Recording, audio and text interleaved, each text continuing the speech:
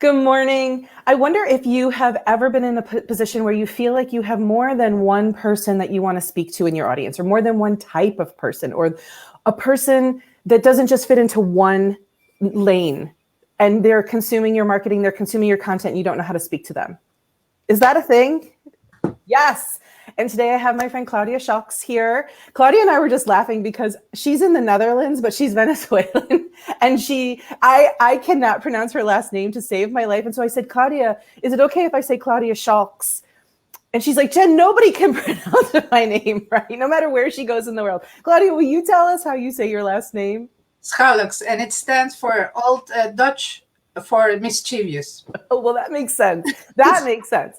But I'm never going to be able to say that. So this is my friend Claudia. She's actually a marketing expert. And we like to talk every week about something that we see going on in the marketing world that we can kind of shed some light on. So today we're talking about what to do if you have two audiences. Do you want to take it over and just start talking about this problem? Yes, what I see, it's we in many cases, we do have more than one audience, and making a choice, it's easier.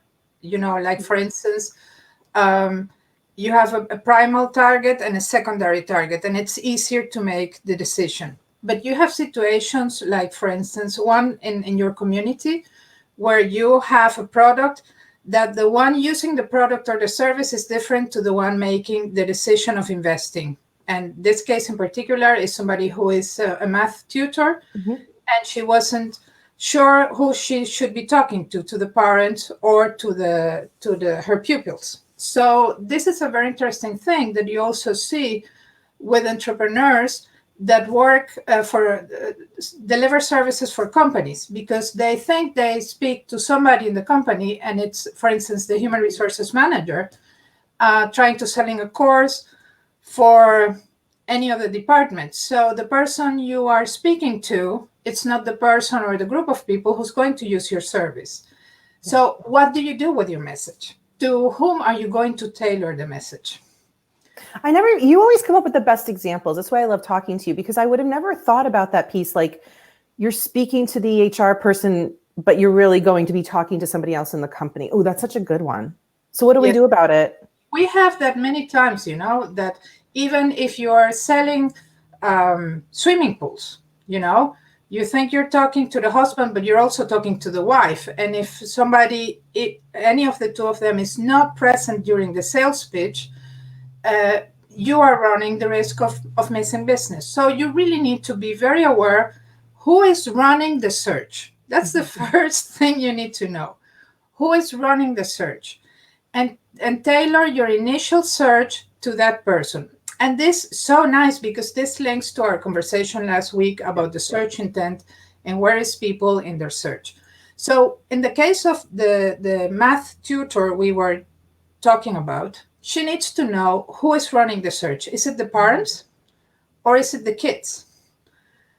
And she needs to use language that addresses the needs of both people. So if it's the parents making the decision and the parents making the choice, and they need to push this choice to the kids, she needs to make sure that somewhere along the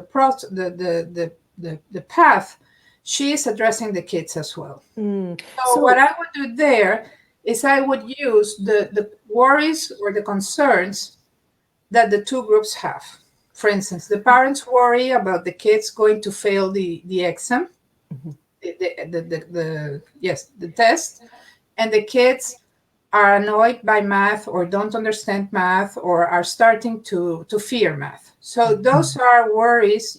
And if you don't want to focus it so negatively, because then you bring, the hopeless people, you can spin it to the positive. Do you want your kid to enjoy math and to pass with flying colors?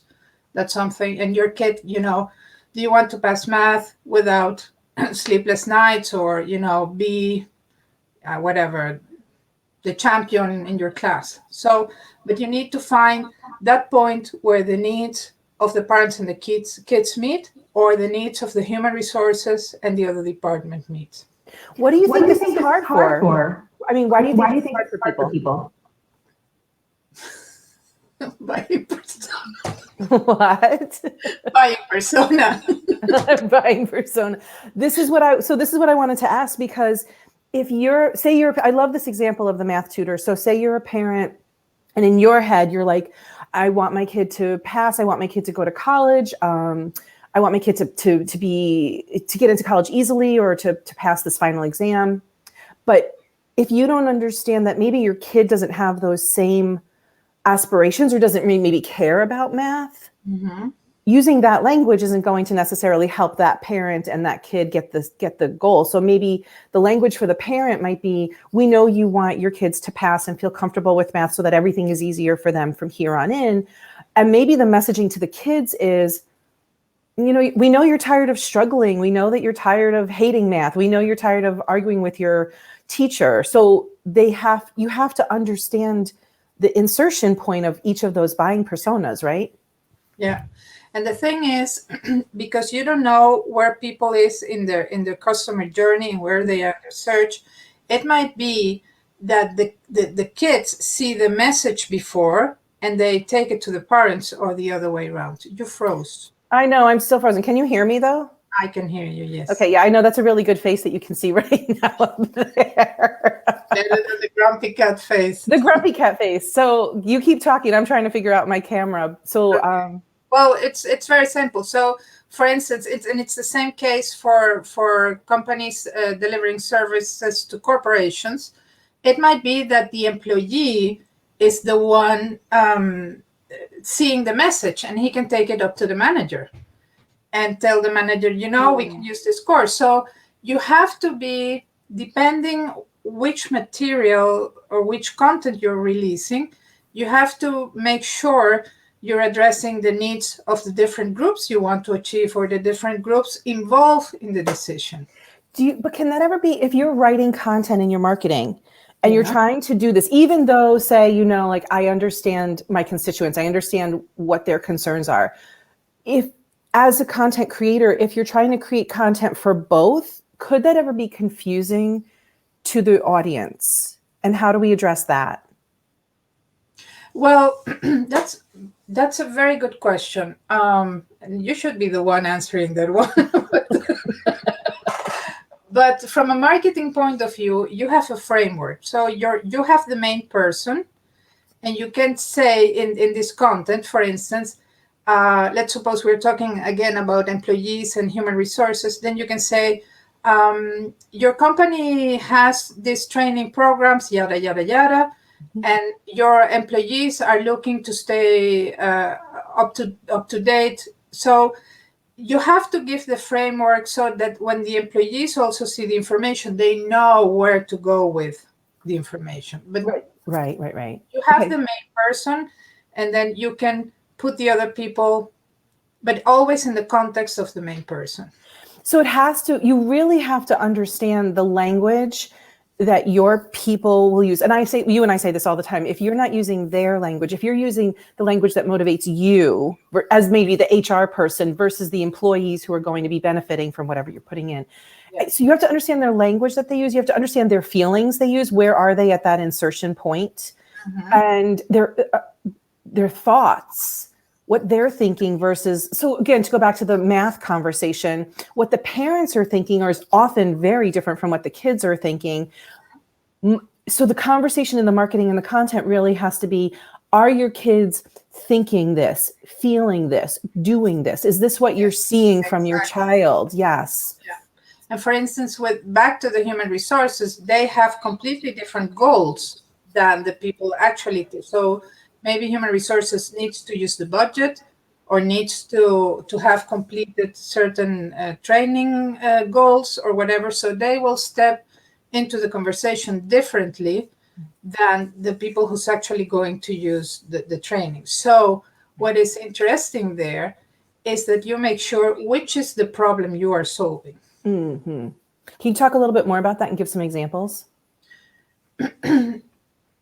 Many times we enter into a conversation thinking that we are going to solve a branding problem. For instance, the voice, or let me take a step back. My clients say, I want more clients. That is their question. The lack of clients can be due to the branding, can be to their messaging, can be that they don't know how to close sales. So I need to understand what is happening, why do they want more clients, and what are these more clients going to make a difference for you. Right. Okay, let me go to an example I read these days from Mark Sheffer. They were talking about a doctor in a well-known hospital who asked their marketing department to set billboards along the road in a given area.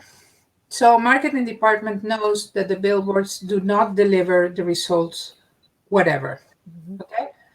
So they could have said, billboards are not going to work. We're not going to do it. But when you ask this doctor why he wants the billboards or what he wants the billboards to do for him, then you understand that this doctor has probably seen other hospitals featuring their doctors, or he wants more recognition. So when you understand what is the problem you are solving, then you can decide what are the things you have in your toolbox that you are going to use. Right. So one of the examples you had kind of brought up when we were chatting about having this conversation was baby food. And so parents are buying baby food based on their own, what they perceive as the problem. It has to be organic, or it has to be as close to homemade as possible. Or maybe some people are choosing it based on it has to be affordable. My baby has to like it. And for sure, it has to be safe. So yes, there you are appealing for the parents, but you still need to understand what babies like, you know? Do they like pieces of food, you know, pieces of vegetables, or they just want it completely pureed? Right. You know, because the babies are not going to see your advertising, but they're going to eat your food. So if they don't like it, you need to understand why. Yes, this is so interesting. So when you have people that come in kind of at two entry points, for me, with my private clients, there's two kinds of people I generally work with. People who are coming into business early on in their business. So they're like, I know there's a lot I don't know.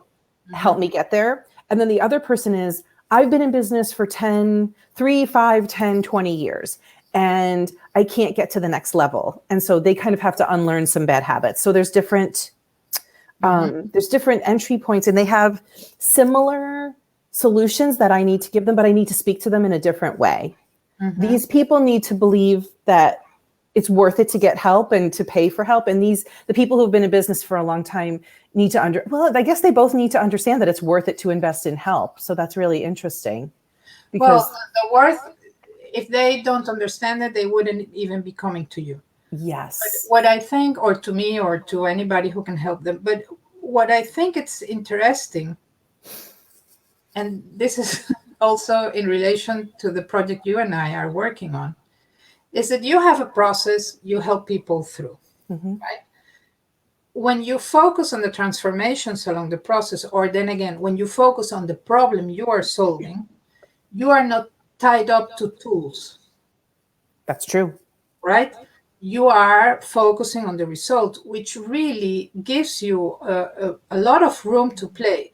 So if you are with a person who's starting, for instance, if I am starting with somebody, which is not the clients I work with, but if I would be with somebody who's starting and they don't have clients, how do we find out who their ideal client is, except or beyond what they have in their minds? So we need to go to do market research. And I need to help this person to understand the data we are getting from the market research, okay? And that is a more quantitative result. But as this person moves in his business and, you know, they learn and grow, they will most probably understand that their initial buying persona was a bit off target or needs more fine-tuning. But now they have insights, now they have clients that they can go to for deeper information. You're still doing the buyer persona. Yeah, and what you said before, ways to get to the result. The results. What you said before about the result, it's always the result that we're getting for people. So whether it's the result that the HR people want or the employees want, or it's the result that the teenager wants with her math or the parents want with their math, or it's the result that a beginning entrepreneur wants or a seasoned entrepreneur wants. It's kind of like they all want the same result. Yes, and at the same time, they don't have the same driver. Right.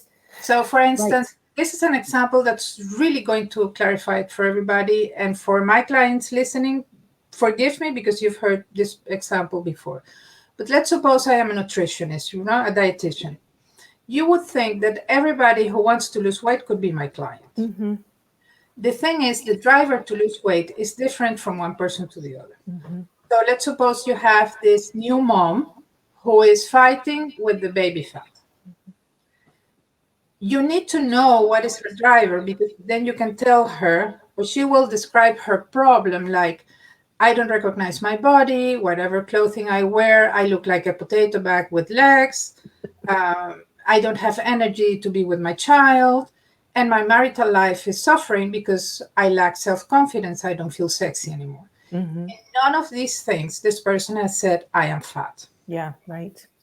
So if you say your message is about fat and it's about losing weight, instead of self-confidence, feeling great in your skin, having this feeling that you can conquer the world, you will never attract this person. Okay? Yeah. Same example. Let's suppose I am an overweight mom, and I will say, whenever we go out, I am the one making the pictures because the seats in the attraction parks are so small that I don't even fit. I am no part of my family memories.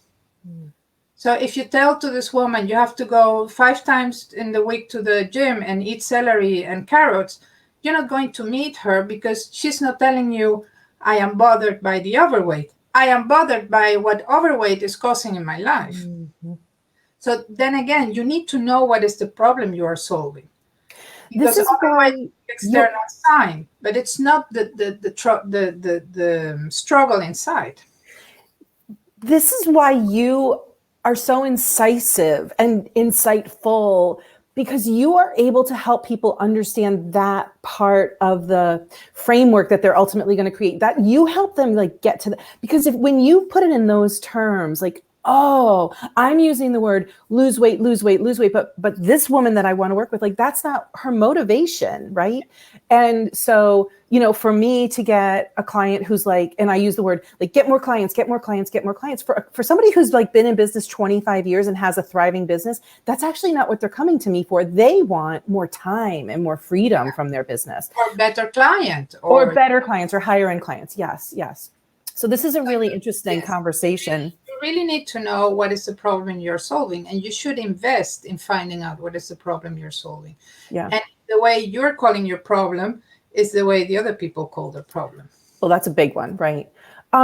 So let's get to wrap it up. When you have two or three people who you could be speaking to in your marketing, what do you think are some takeaways, like some things that we can put into place to help us alleviate this problem, if we were to bullet point everything we just said? Okay. Have very clear who is running the initial search. Yes. Because what are they searching for? Yes.